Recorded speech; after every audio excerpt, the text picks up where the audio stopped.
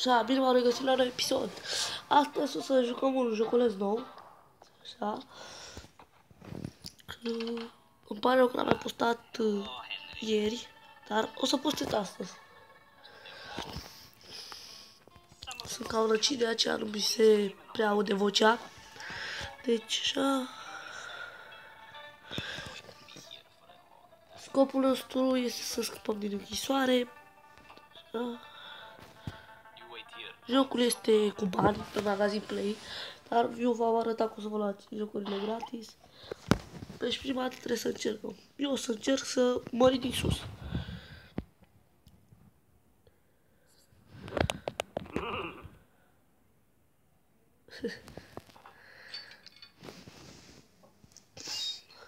Așa, mult mi-a sugerat să joc jocuri de acest gen. Să o ridic sau să plec, o ridicăm și pe ea. Așa. Și nu uitați să dați un like, să vă abonați. Așa. Trebuie să încercăm. Asta. O să-i omorâm. Așa.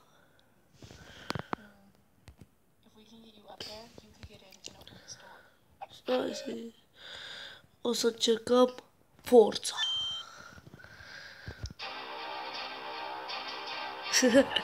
Wow, lol. Asta a fost super.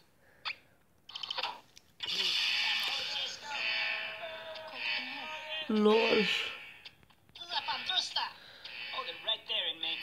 O să alege pentru pistol și pentru sniper.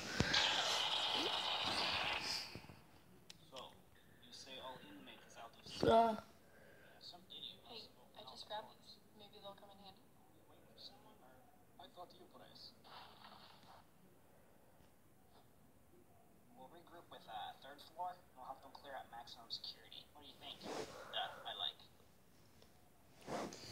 Oh, da, bătut.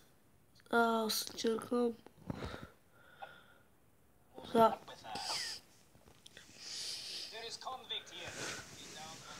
Da. Acest episod o să fie mai scurt, deci...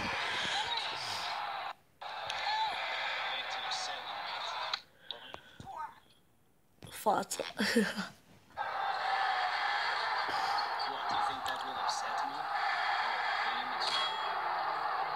Lol, l-a luat cu tot. Motocicleta.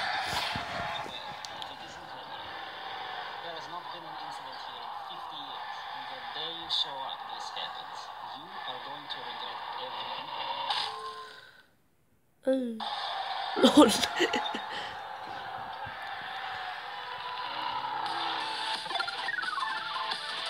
Așa. Ce era că am luat?